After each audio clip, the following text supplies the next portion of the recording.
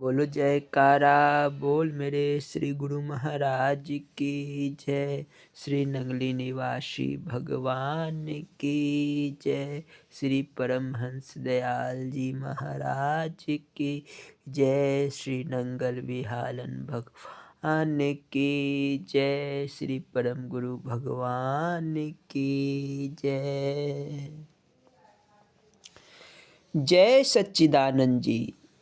श्री अद्वैत वचनामृत श्री परमहंस दयाल जी महाराज का इरशाद हुआ कि जब मनुष्य आपत्ति में फंस जाता है तो कहते हैं कि उसका समय बिगड़ गया है, और जब अच्छे हाल में होता है तब कहा कि उसका समय अच्छा है। बस समय के बनने और बिगड़ने पर ही उन्नति और पतन का सहारा है। जिसका पतन होने वाला होता है, चाहे वह एक मनुष्य हो या पूरा कुटुंब हो अथवा सारी जाति हो या देश के कुल वाली हो, उनके रहन सहन पर पूरा ध्यान देने से पता चलेगा कि उनके खाने पीने, सोने जागने, पूजा पाठ और कार्य करने का समय निश्चित और ठीक अवस्था में ना होगा। जैसे रात को जागते रहना, दिन को सोते रहना, इससे पूजा पाठ का समय चूक जाता होगा, या किसी का कोई अन्य समय होगा। जिनकी ऐसी अवस्था हो तो समझ लो कि विपत्ति आने वाली है, या जिस विपदा में ग्रसे हुए हैं उससे छुटकारे का कोई कारण दृष्टिगोचर नहीं होता है। जैसे हिंदुओं की ओर ध्यान दो कि भोजन तक का समय निश्चित नहीं। यदि कहीं बुलावा हुआ तो कोई साय को 5 बजे ही आ गया, तो कोई 7 बजे आ गया, और कोई रात के 10-11 बजे तक आता है। पूजा पाठ शास्त्र के अनुसार नियमानुकूल नहीं।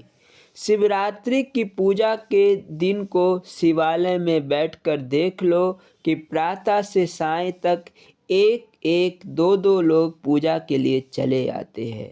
कोई अष्टमी को व्रत रखता है तो कोई एकादशी को, कोई द्वादशी और कोई अमावस को व्रत रखता है। काम के लिए भी किसी की दुकान प्रातः काल खुलती है तो किसी की 10 बजे, और कोई सायंकाल को ही दुकान बंद करता है। तो किसी को 10 बजे रात तक दुकान खुली रहती है। लोहे वाले 14 को छुट्टी मनाएंगे तो पत्थर वाले पूर्णमासी को और किरियाना वाले अमावस को। ये यदि 2-4 मंडियां हुई तो ऐसा देखने में आया है कि एक स्थान के लोहिए 14 को अवकाश मनाएंगे तो दूसरी मंडी के पूर्णमासी को। इस प्रकार उनकी स्थिति भी शांतिदायक नहीं है और राजनैतिक व समाज व्यवस्था भी पतित है।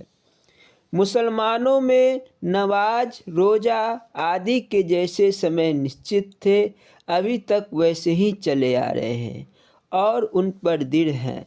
सरकारी नौकरी हो या रेल की यात्रा, बहुत से आदमी उसमें भी नमाज पढ़ते हैं। सरकार को भी उनकी दृढ़ता देखकर उसी के अनुसार ही नियम बनाने पड़े। उनकी दैनिक और जुम्मा शुक्र की नमाज के लिए सरकारी स्कूलों और दफ्तरों तक में उनके लिए समय का प्रबंध कर दिया।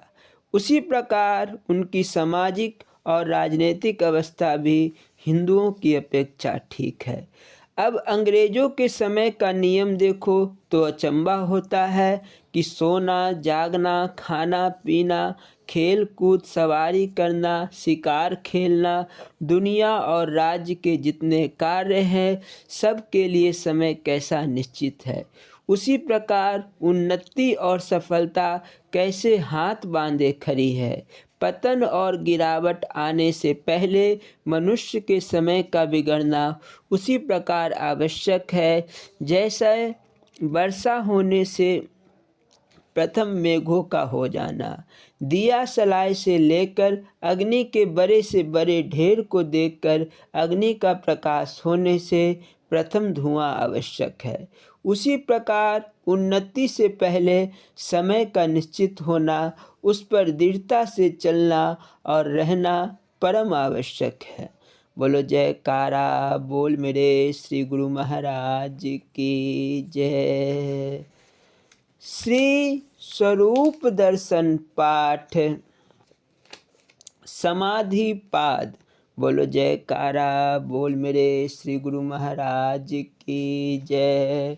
ध्यान मूलम गुरुर्मूर्ति, पूजा मूलम गुरुपदम, मंत्र मूलम गुरुवाक्यम, मोक्ष मूलम गुरु कृपा। गुरु जी को कीजिए दंडवत, कोटि कोटि प्रणाम। कीट न जाने भृंग को, गुरु कर ले आप समान। त्वमेव माता च पिता त्वमेव, त्वमेव बंधु च सखा त्वमेव, त्वमेव विद्या द्रविणं त्वमेव, त्वमेव सर्वं मम देव देवा। इस पाठ को प्रारंभ करने के पूर्व यह दास श्री नंगली निवासी भगवान के चरण कमलों में दंडवत प्रणाम करता है। बोलो जयकारा बोल मेरे श्री गुरु महाराज की जय। श्री स्वरूप दर्शन पाठ समाधि पाद।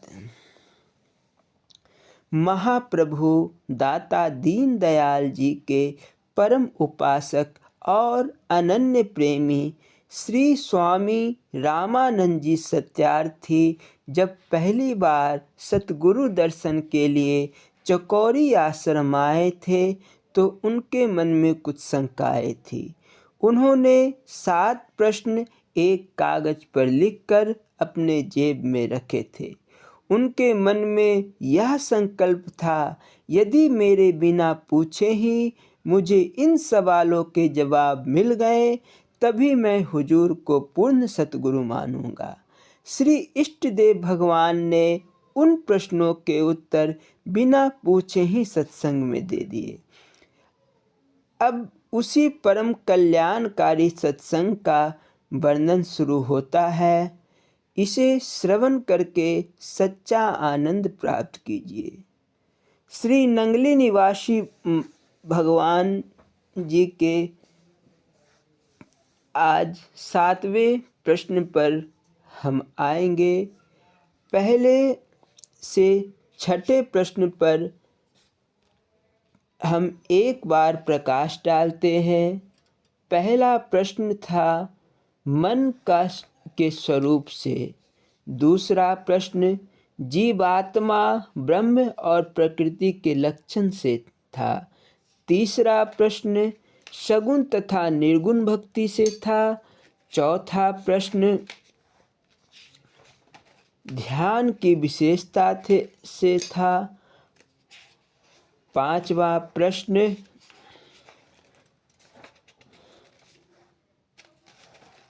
योग विद्या से था। छठा प्रश्न ईश्वरीय ज्ञान से था। और आज हम 7वें प्रश्न का श्रवण करेंगे। बोलो जयकारा बोल मेरे श्री गुरु महाराज की जय। श्री स्वरूप दर्शन पाठ समाधि पाद।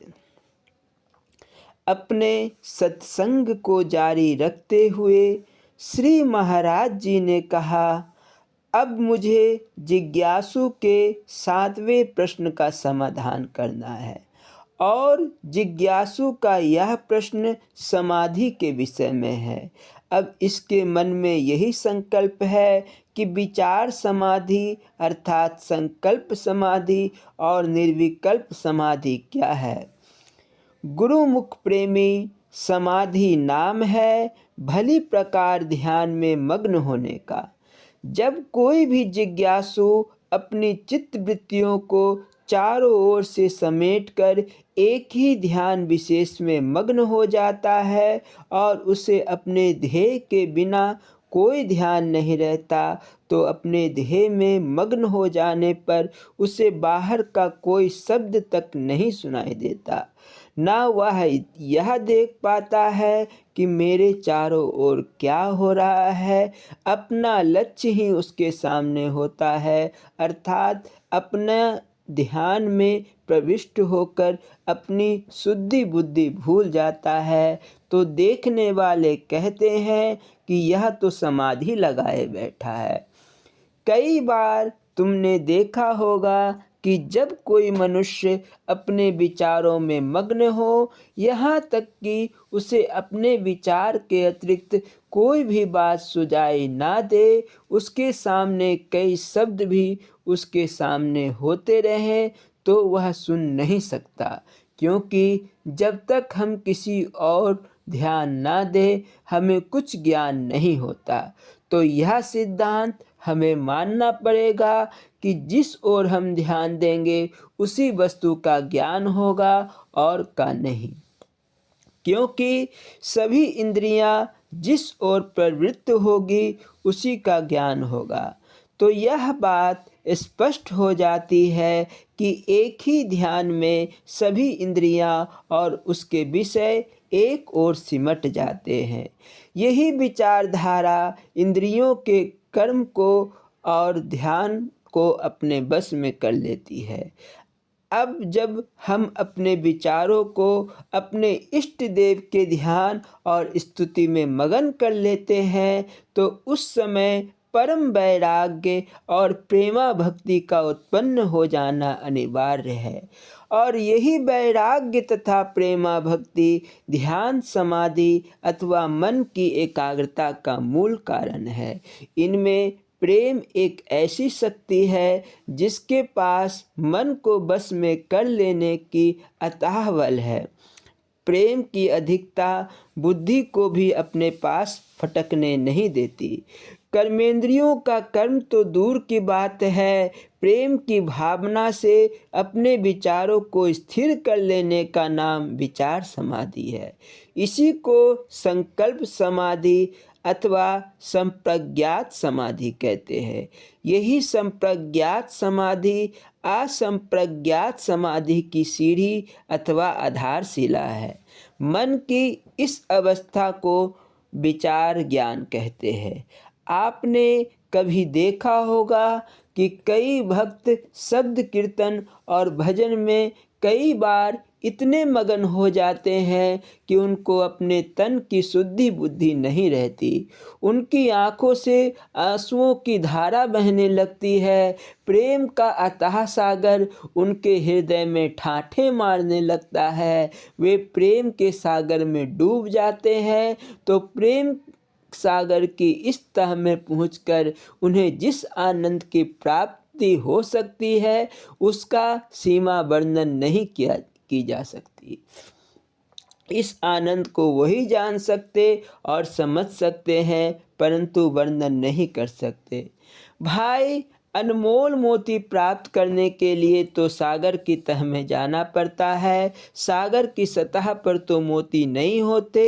हाँ, सागर तक पहुंचना साधन है, फिर उसकी गहराइयों तक पहुंचकर ही अनमोल रत्न प्राप्त किए जा सकते हैं। जिसने एक बार इस आनंद को प्राप्त किया, वह तो प्राणों की प्रभा किए बिना इस प्रेम सागर में गोता लगा देता है। उन प्रेम मत वालों को कोई पागल ही क्यों न कहता फिरे, भला उनको इसकी क्या परवाह है। यह है विचारधारा की गहरी दशा। भजन कीर्तन द्वारा मन की इस एकाग्र अवस्था को सहज ज्ञान कहते हैं। यह विचार समाधि पर पहुँचने का दूसरा साधन है।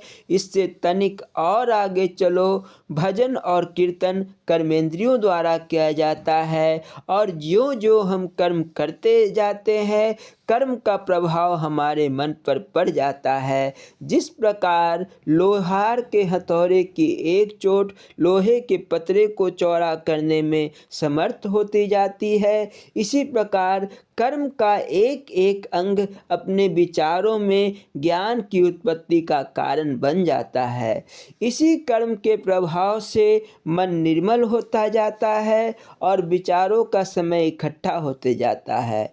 परिणाम यह होता है कि जब कर्मेंद्रियां अपना कर्म भी ना भी कर रही हो, मन पर इसका पड़ा हुआ प्रभाव अपनी विचार शक्ति चालू रखता है और हम सोते जागते चलते फिरते और संसार के किसी भी काम को करते हुए अपने विचारों को दृढ़ करते रहते हैं। अपने कर्म के आधार पर मन के विचारों में प्रधानता आ जाती है, क्योंकि यही विचार अब मन की गहराइयों में चले जाते हैं।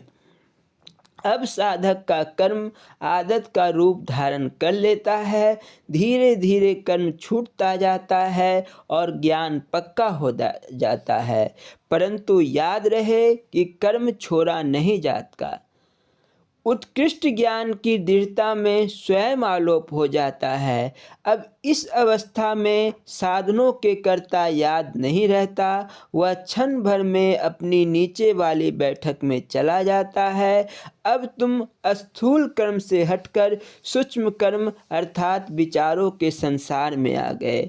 अब हर समय मानसिक पूजा, मानसिक सेवा, मानसिक चिंतन, संत दर्शन इत्यादि क्रियाएं तुम्हारी व्यवहार में आ गई। दुकान पर बैठे हो अथवा दफ्तर में, महल में हो अथवा झोपड़ी में, बाग में हो अथवा जंगल में, किसी भी दशा में हो अथवा कोई भी समय में यही विचार तुम्हारे अंदर रहते हैं। इस निष्कर्म रूप से आप अपनी स्वामी की याद में भूल जाते हैं अपने आप को। यह विचार द्वारा विचार समाधि है। कभी कभी आप कहा करते थे कि महाराज जी, भजन भक्ति में मन नहीं लगता। कोई ऐसा उपाय हो कि प्रभु भक्ति में मन लगे। परंतु अब इस अवस्था पर पहुंचकर आप अपने मन से पूछिए कि हे मन, अब तू तो कोई और कोई काम भी नहीं करता। अब तो तुझे प्रभु भक्ति का रस संसार के विषय से बहुत भारी और अच्छा प्रतीत होता है। अब मैं तुम्हें संसार की ओर लगाता हूँ, तू उस ओर जाता नहीं। क्या हो गया है तुझे? कभी मैं तुझे इस ओर प्रभु भक्ति में लगाता था, तू लगता ही नहीं था, पर अब छुड़ाता हूँ तो तू छोड़ता नहीं है। सत्य है, जिसे हीरा मणि मिल जाए कंकड़ों को कौन हाथ लगाता है, और अनमोल रत्नों को भला कौन छोड़ता है। गुरुमुख प्रेमी सहज ज्ञान जो हमें भजन कीर्तन द्वारा प्राप्त हुआ, यह ज्ञान की पहली भूमि स्थिर भूमि है और सहज ज्ञान की अवस्था में परिणित होते हैं। यह ज्ञान की निम्न भूमि है। यह दोनों अवस्थाएं अर्थात स्थिर और तह एक दूसरे का आधार है, विरोधी नहीं। यदि कोई व्यक्ति इनके विरुद्ध बात करे अथवा उनको उच्च ज्ञान की प्राप्ति के लिए असमर्थ सिद्ध करे तो उसकी एक बात ना सुनना, यही दोनों की ज्ञान की प्राप्ति की सीढ़ी है और ज्ञान के उत्तरोत्तर शिखर पर पहुँचने का साधन है। अतः पहली अवस्था दूसरी अवस्था की विरोधी नहीं। हाँ, इतना कह सकता हूँ कि युक्ति और अहम भाव का अंश विद्यमान है। श्री महाराज जी ने कहा, गुरुमुख प्रेमी मन की एकाग्रता की यह तीसरी अवस्था, जिस अवस्था में चतुर्थ भूमि अथवा चौथी अवस्था कहा गया है, ज्ञानातीत अवस्था है, इस अवस्था में अंतःकरण अर्थात मन, बुद्धि और चित्त द्वारा प्राप्त किया हुआ युक्ति द्वारा कोई ज्ञान नहीं रहता और अंत में अहम भाव भी अपने अंतिम स्रोत आत्मदेव में लीन हो जाता है। इस विषय में मैं पहले कह चुका हूँ कि निरंतर ध्यान और बार बार अभ्यास से ही यह अवस्था धीरे धीरे पक्की होती जाती है और अंत में साधक इस चतुर्थ पद अथवा भूमि पर स्वयमेव ही पहुँच जाता है और यह अहम भाव सर्वदा रूप से चैतन्य सत्य तत्व पद में एक ही भाव से प्राप्त हो जाता है। जब कोई भी नदी अथवा नाला या बड़ी नदी अथवा सागर में जाकर मिल जाती है तो उसका कोई पृथक अस्तित्व नहीं रहता। नाम, रूप, वर्ण और जाति का भेद मिट जाता है। इस एक ही भाव में ना विचार जात ज्ञान होता है और ना तर्क बुद्धि। इस शुद्ध चैतन्य भाव में हमारे काल्पनिक भाव का कोई अस्तित्व नहीं होता। आइए अब हम इसे साधना की दृष्टि से देखें।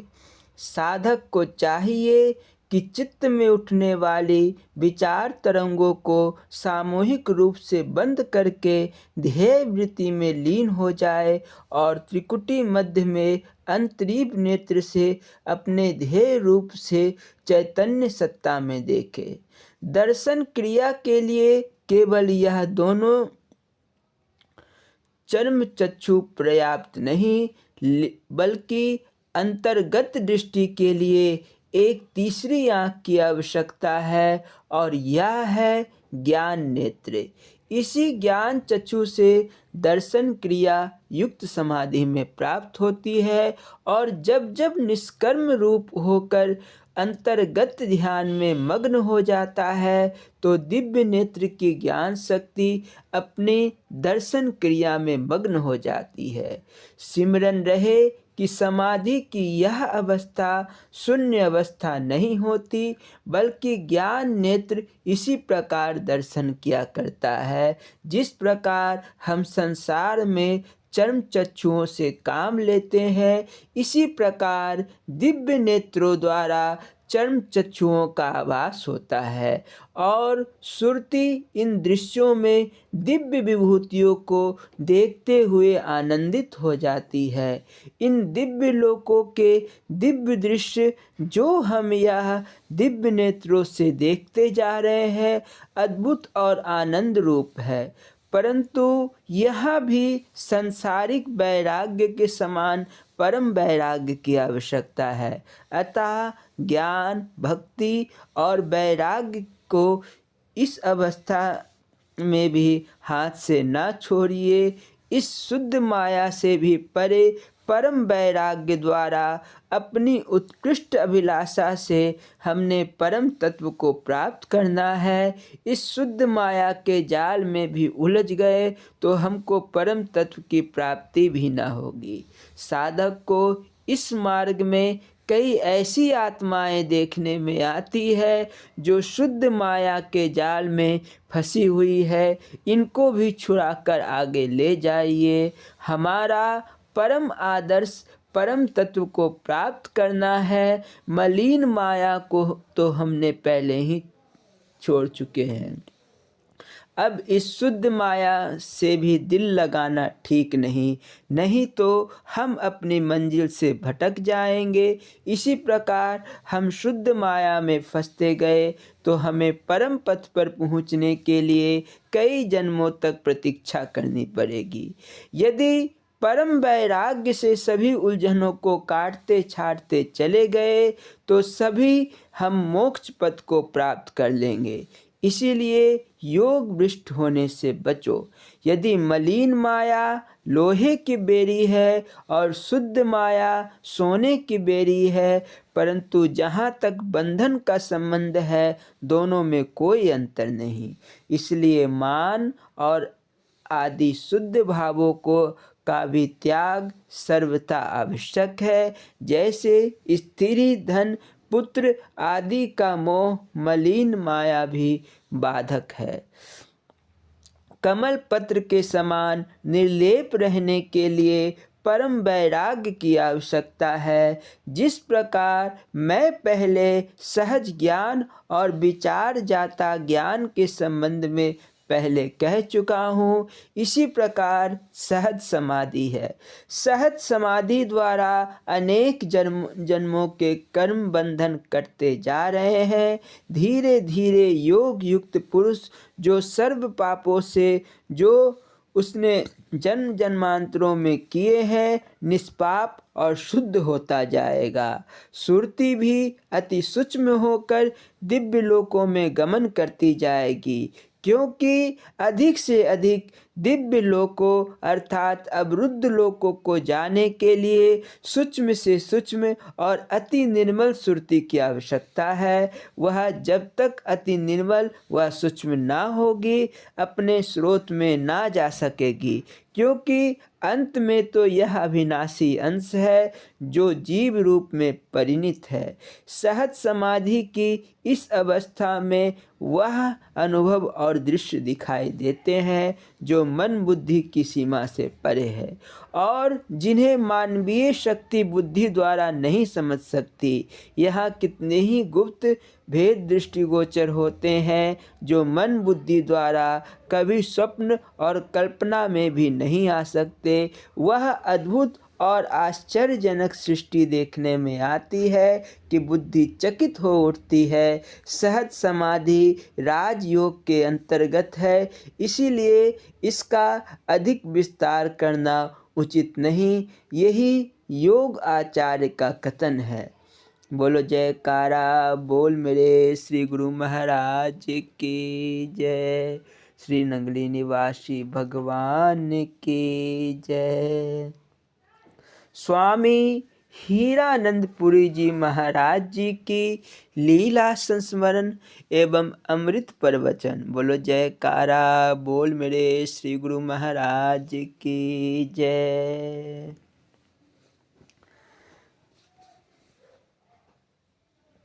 झारखंड निवासी श्री भोलानाथ सिंह श्री नंगल महाराज जी की एक अलौकिक लीला संस्मरण का वर्णन करते हैं। श्री अद्वैत स्वरूप हीरापुरी आश्रम नंगल विहालन पंजाब के निर्माण कार्य में जिन भक्तिमती माताओं ने अत्यंत श्रद्धा और प्रेम पूर्वक सेवा की एवं नींव की ईंटें बनी, उनमें माता माला देवी का नाम उल्लेखनीय है। माता माला देवी के पति श्री लहना राम भी हरि भक्त थे, जो सदैव राम भजो कहा करते थे। एक दिन श्री नंगल महाराज जी घूमते फिरते अनायास माता माला देवी के घर विराजमान हो गए।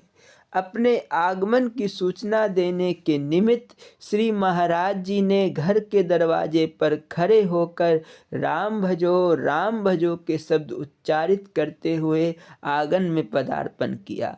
माता माला देवी ने महाप्रभु को अपने आंगन में आया हुआ देखकर अत्यंत उल्लसित हृदय से उन्हें बैठने के लिए आंगन में एक चारपाई डाल दी और दयालु श्री गुरु महाराज जी उस चारपाई पर बगैर बिछावन के ही आनंद पूर्वक बैठ गए।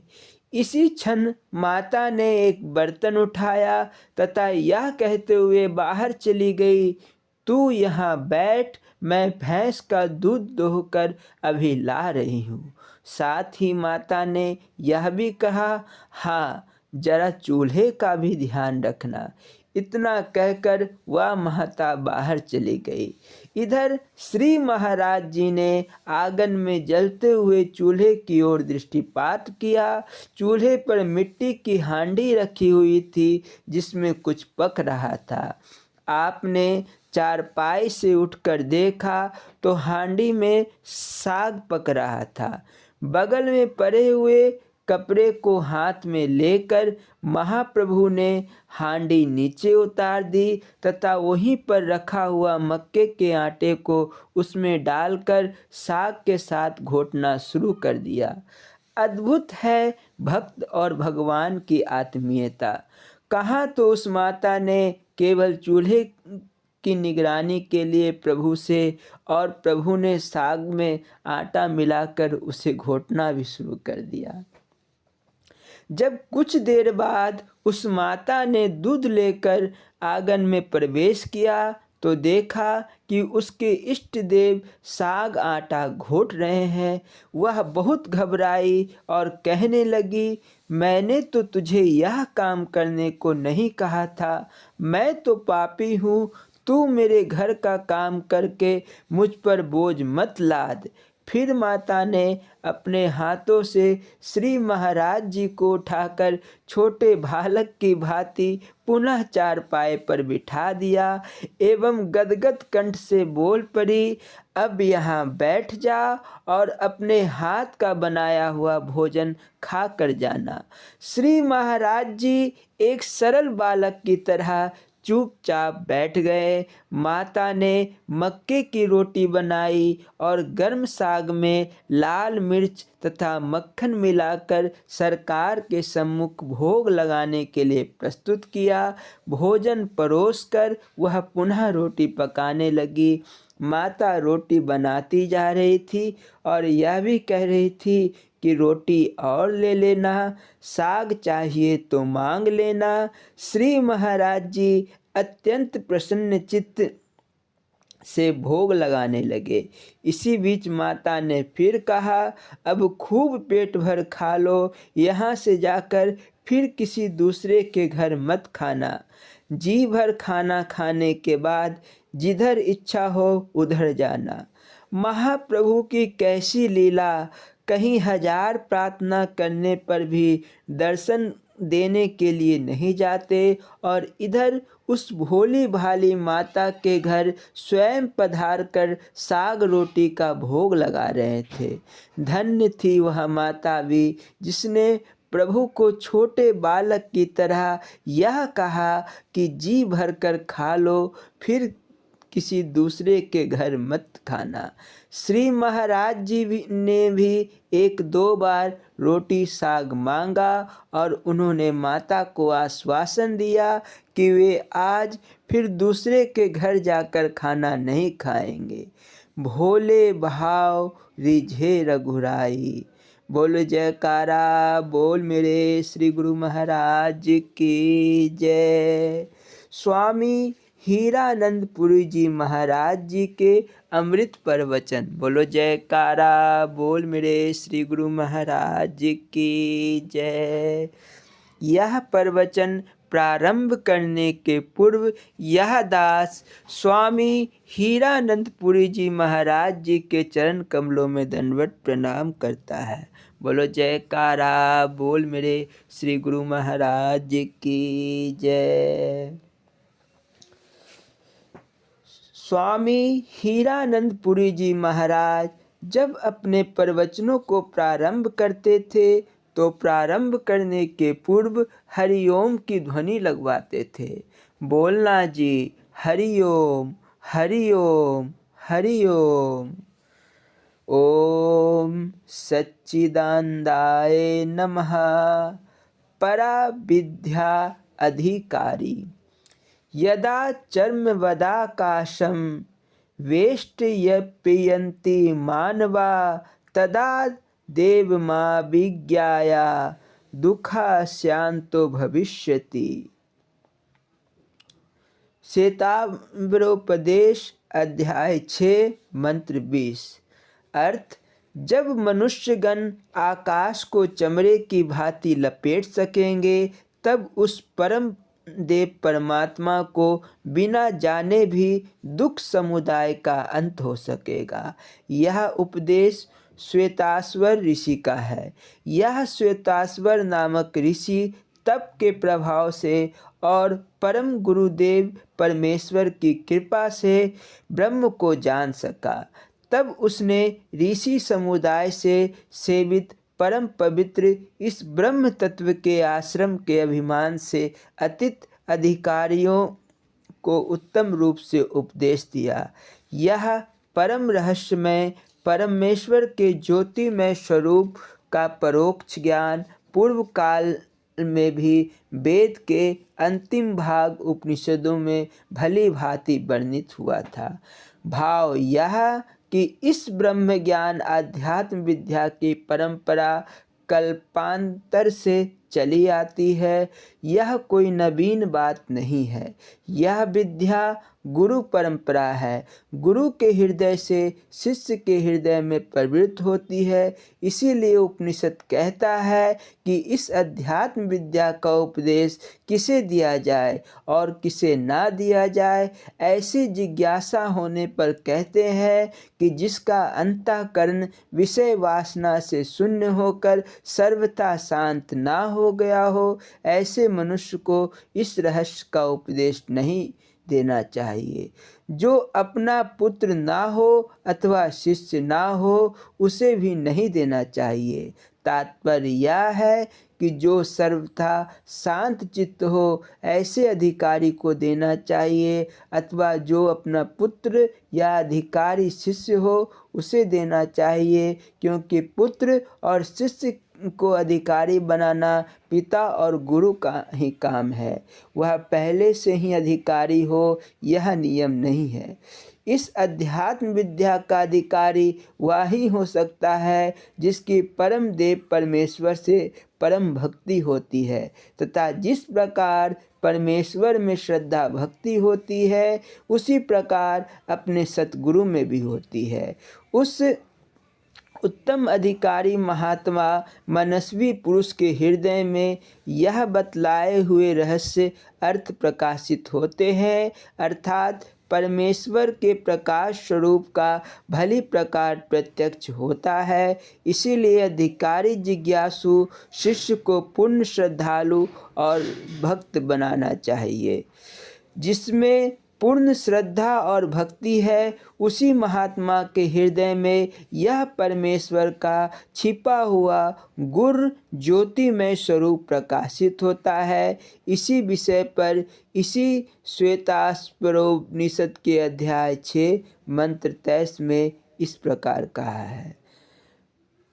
यस्मे देवे परा भक्ति यर्था देवे तथा गुरा तस्य ते कथिताहार्था प्रकाशन्ते महात्मना प्रकाशन्ते महात्मना।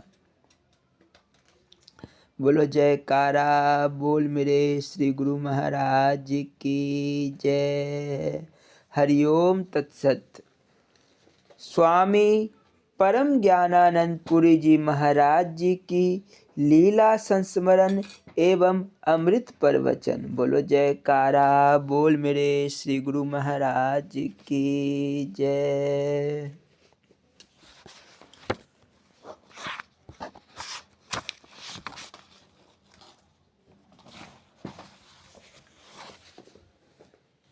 पथरी ताल आश्रम स्वामी परम ज्ञानानंद पुरी जी महाराज जी की लीला संस्मरण।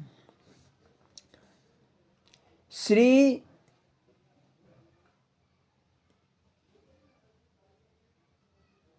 स्वामी जी कुछ दिनों तक श्री चरणों की सेवा में वहीं रह गए। कुछ समय के पश्चात दरबार के वरिष्ठ महात्मा श्री स्वामी अनमोलानंद जी के साथ स्वामी परम ज्ञानानंद पुरी जी महाराज जी को अन्य दोनों महात्माओं के साथ पथरी ताल आश्रम जिला गोंडा उत्तर प्रदेश में जाने का आदेश प्राप्त हुआ।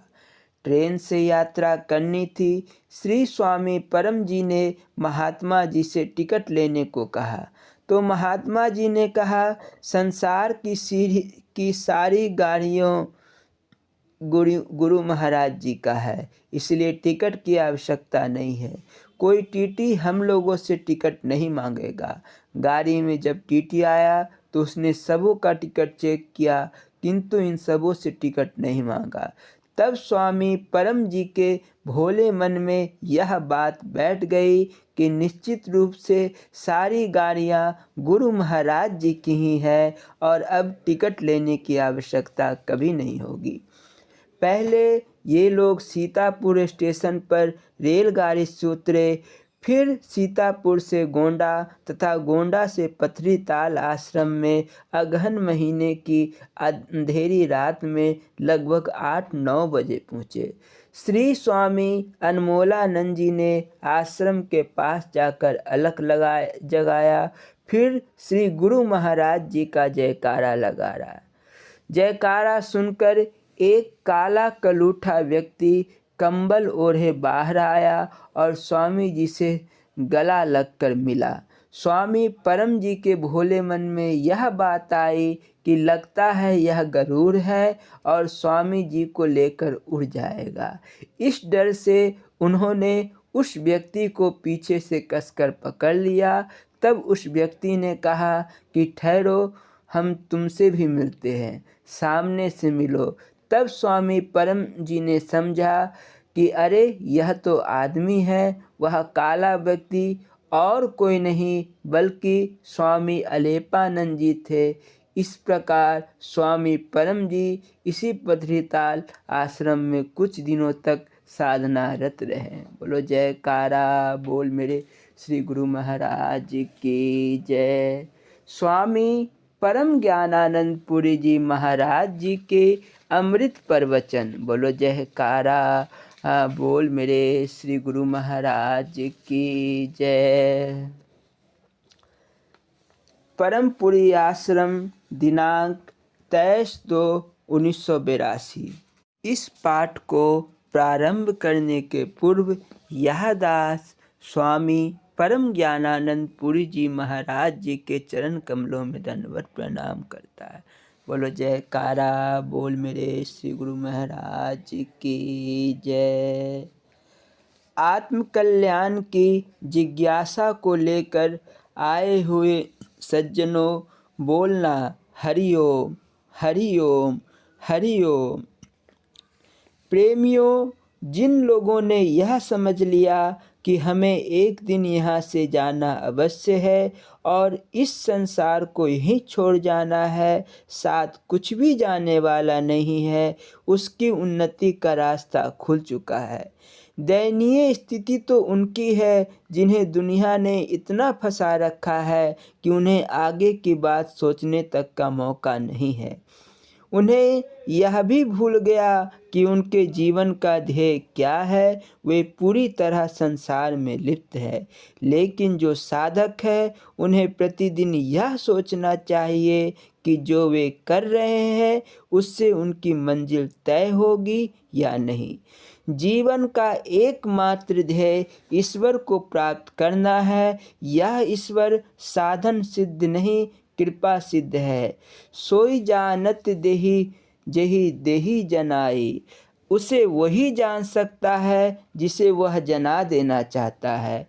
उस प्रभु को जनाना उसकी कृपा पर निर्भर है। तुम्हें मात्र उसकी कृपा का अधिकारी बनना है। जब अधिकारी हो जाओगे तो वह प्रभु अपना राज तुम पर अवश्य खोल देगा। तुम अपने दिल और दिमाग में हरदम उसी का ख्याल बनाए रखो, सदा उसकी ही चर्चा करो। उसके अतिरिक्त किसी दूसरी चीज़ का ख्याल मत करो। ऐसा ना हो कि शरीर से तो काम करते रहो पर मन से गलत चिंतन में लगे रहो, हरदम कुत्सित भावनाएं पालते रहो। यदि ऐसा करोगे तो तुम अपने हृदय को गंदा करोगे। वैसी हालत में तुम्हें भगवान के दर्शन नहीं हो सकते, तुम्हें सुख शांति नहीं प्राप्त हो सकती। अभी तो तुम्हारे पास सीमित चीज़ें हैं। यदि तुम्हें संसार की कुल दौलत भी दे दी जाए तब भी तुम सुखी नहीं हो सकते। संसार का रास्ता केवल शरीर की रक्षा का रास्ता है। आज जो तुम रात दिन एक करके दुनियावी कामों में व्यस्त हो, उससे केवल इस शरीर की रक्षा की व्यवस्था हो सकती है। जब शरीर को छूटना ही है तब इसकी ही रक्षा में सारी शक्तियाँ क्यों लगा दी जाए। जिसे कल छूटना है वह यदि आज ही छूट जाए तो फर्क क्या पड़ता है? क्या हमारे नहीं रहने से संसार में अंधेरा छा जाएगा? फिर भी महापुरुष कहते हैं, इस शरीर की रक्षा भी होनी चाहिए। शरीर सुरक्षित रहेगा तो इससे शुभ कर्म किए जा सकेंगे, किंतु जिन्हें इस बात की पकड़ ही नहीं है, उन्हें इसका क्या पता लगे कि इस शरीर को सुरक्षित रखकर करना क्या है। उनका जीवन तो पशुवत है, खाओ पियो मौज करो, उनका एकमात्र ही लक्ष्य होता है। तुम लोग जो दरबार की शरण में आ चुके हो, उन्हें अब संभल जाना चाहिए। उन्हें निष्काम भाव से सेवा साधन में लगकर अपनी आत्मा का उद्धार करना चाहिए। यहाँ ऐसे लोग भी तो आते हैं जो भक्तों के जूते उठा ले जाते हैं, बर्तन उठा ले जाते हैं। उनकी किस्मत का क्या कहा जाए। उनके कुछ ले जाने से इस कुदरत के घर में किसी चीज़ की कमी नहीं पड़ेगी, मगर उनका दरिद्र दुख कई गुना ज़्यादा बढ़ जाएगा। यहाँ हमारे पास कोई जायदाद नहीं और न कोई दूसरी दौलत ही है। यहाँ हम सभी प्रभु के दरबार में मांगते हैं। हमें यहाँ के वैभव का कोई अभिमान नहीं। इसे तो हम भक्तों के हाथ की मैल समझते हैं। यह सब तुम्हारे प्रेम का ही प्रतीक है। इसीलिए जो यहाँ आए हैं उनके बड़े भाग्य हैं। अब उन्हें अपने जीवन को सुधारना है। तुम्हारे अंदर राग द्वेष ना हो, मान अभिमान ना हो, बोली मीठी हो, व्यवहार पवित्र हो, तुम में मानवता के गुण आ जाए। भगवान का मिलना सरल है, पर आदमी का मिलना बड़ा ही मुश्किल है। आदमी कहते किसे है? क्या उसे जिसे दो हाथ दो पैर एक सिर हो? नहीं। एक फकीर का कहना है, खुदा तो मिल भी जाता है मगर इंसान नहीं मिलता। वो ऐसी चीज़ है जिसे देखी कहीं नहीं। मुसलमान भाई कहते हैं कि बंदा बराए बंदगी, और बंदगी नहीं तो गंदगी और शर्मिंदगी। बंदगी यदि है, विनय श्रद्धा यदि है, तो आदमी आदमी है। बंदा कहलाने का हकदार वही है जो आदमी का शरीर पाकर आदमी का काम करता है। अब तुम खुद ही अंदाज़ा लगा लो कि तुम अंदर से क्या हो। अपना सुधार करने के लिए तुम तो गुरु की शरण में आए हो। तुम यहाँ रात दिन सत्संग सुनते हो। सुनकर तुम अपने अंदर उसकी तात्विक बातों को धारण करो। यदि ऐसा नहीं किया तो केवल सुनने से क्या लाभ हुआ? इससे तो सिर्फ वक्त ही जाया हुआ। तुम्हारे अंदर गलतियाँ हैं मगर उनसे घबराना नहीं है। जीव है, भूला हुआ है, आज का नहीं कई जन्मों का। कबीर कहते हैं, चलते मार्ग जो गिरे तासिर ना ही दोष। अगर चलता हुआ आदमी ठोकर खा जाए तो पाँव सहलाकर थोड़ा विश्राम कर ले, फिर चले। दोबारा तिबारा ठोकर लगे तो भी आराम करता हुआ आगे बढ़ता जाए। कुछ समय बाद ऐसी परिपक्व स्थिति आ जाएगी कि ठोकर लगेगी ही नहीं।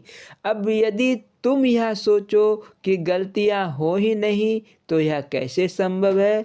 हाँ, गलतियां तुम्हारे रास्तों को ना रोके, उनसे तुम हताश मत हो जाओ।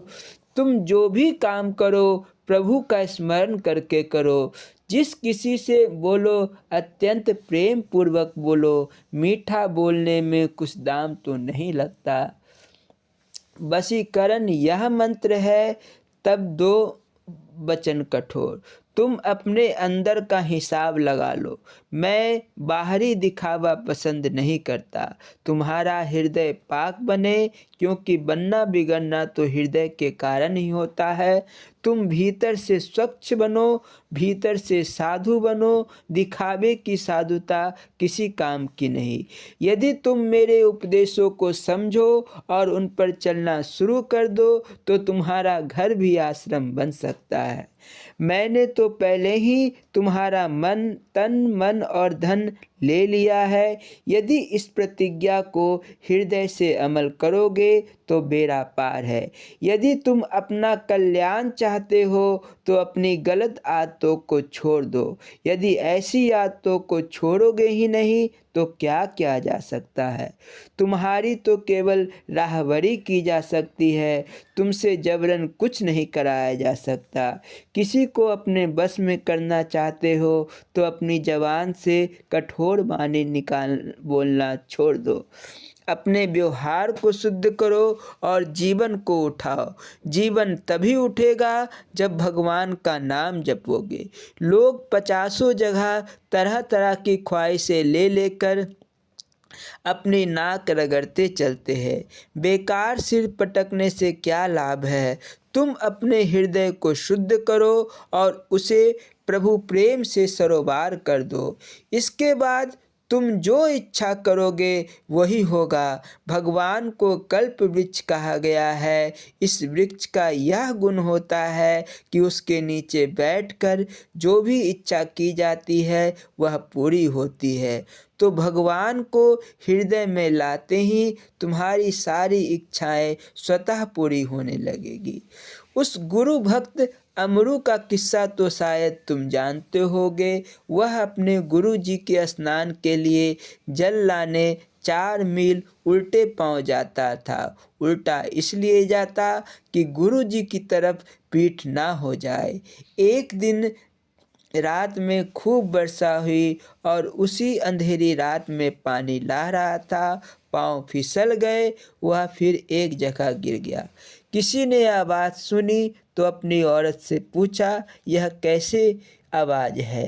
कहने लगे, अरे वह अमरू निथाबा होगा, अर्थात निराश्रित होगा, रात दिन मरता रहता है। उसका गुरु भी ऐसा कठोर है जो उसकी तरफ ख्याल भी नहीं करता। अमरू ने जैसे ही गुरु की निंदा सुनी वह करक कर बोला, अरे पगली, तू महाराज पर जवान नहीं उठा सकती। चूँकि उस औरत को पगली कहकर पुकारा गया था अतः सचमुच वह पागल हो गई। सच्ची निष्ठा का यही फल होता है। अभी 2 वर्ष पहले की बात है। मेरा एक लड़का अपनी जन्मभूमि गया। उसके माता पिता ने उसे डराने के लिए पहले से ही एक आवारा बदमाश को बुला रखा था। उसने उल्टा सीधा कहना शुरू कर दिया कि मैं तुम्हें आश्रम छुड़ा दूंगा, मार कर टांगे तोड़ दूंगा, तुम वहाँ फिर नहीं जा सकते। बच्चे ने कहा, भाई, गुरु महाराज के साथ मेरा रिश्ता तो जन्म जन्मांतर का है। यह तुम्हारे बस की बात नहीं कि मुझसे दरबार छुड़ा लो। बाकी तुम जो चाहो कहो, मुझे अब कुछ नहीं कहना। सुन सुनाकर दोनों 2 तरफ चले गए। साधुओं के साथ वह भक्त लड़का आश्रम की ओर बढ़ा और वह शैतान बकझक करके अपने घर की तरफ चल पड़ा। अभी कुछ ही दूर गया होगा कि एक काला सांप फुफकारता हुआ उसकी तरफ दौड़ा। वह उसके पाँव में लिपट गया और उसे डस लिया। बेचारा वही बेहोश हो गया। लोग उसे टांग कर गांव में ले आए। काफ़ी झाड़ फूक और उपचार के पश्चात किसी तरह वह होश में आया।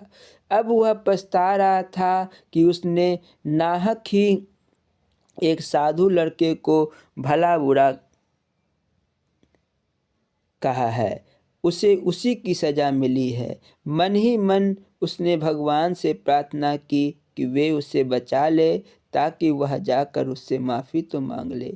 प्रभु कृपा से वह बच गया। कुछ एक दिन बाद वह आश्रम के उस लड़के से मिला और लगा माफ़िया मांगने। मेरे उस लड़के ने कहा, भाई, आपने जो चाहा वह कह डाला। मैंने तो कुछ कहा नहीं, मैं तो अब तक उस बात को ही भूल गया हूँ। तो जिसे अपने इष्ट पर भरोसा होता है उसके लिए ऐसी मदद मिल जाती है, लेकिन जब भरोसा दृढ़ हो, डगमग नहीं हो, तभी ऐसा हो सकता है। एक बाबा कहीं जा रहे थे, रास्ते में कुछ शैतान लड़कों ने उन्हें मारना पीटना तथा चिढ़ाना शुरू कर दिया। उनके सिर से खून टपकने लगा, काफ़ी चोटें आई, तब भी वे प्रसन्नतापूर्वक सहते रहे। उनकी सहनशीलता देखकर भगवान का आसन हिल गया। वे उसकी मदद के लिए दौड़ पड़े। वहाँ पहुँचने पर भगवान ने देखा महात्मा हाथ में पत्थर उठाए लड़कों की ओर दौड़ रहे हैं। भगवान सोचने लगे, अब तक तो इसे मेरा भरोसा था और अब इसे अपने पत्थर पर भरोसा हो गया। उसे बिना कुछ मदद दिए ही भगवान लौट गए। इस तरह भरोसे में दृढ़ता नहीं रहने से ताकत पैदा नहीं होती। अतः अपने इष्ट पर, अपने धर्म और अपने आप पर पूर्ण आत्मविश्वास एवं दृढ़ता ले आओ। निष्ठा पक्की होने पर बात तुरंत बन जाती है। सभी साधनाओं का श्रेय तुम्हारी निष्ठा को परिपक्व बनाना ही है। मति ऐसी दृढ़ हो जैसी हनुमान की थी, सो अनन्य जाके यसी, मति न टरे हनुमंत, मैं सेवक सचराचरा, रूप राशि भगवंत। जय गुरु। आशीर्वाद। बोलो जयकारा बोल मेरे श्री गुरु महाराज की जय। श्री नंगली निवासी भगवान की जय। श्री परमहंस दयाल जी महाराज की जय। श्री नंगल विहारन भगवान की जय। श्री परम गुरु भगवान की जय। बोलो जयकारा बोल मेरे श्री गुरु महाराज की जय। जय सच्चिदानंद जी।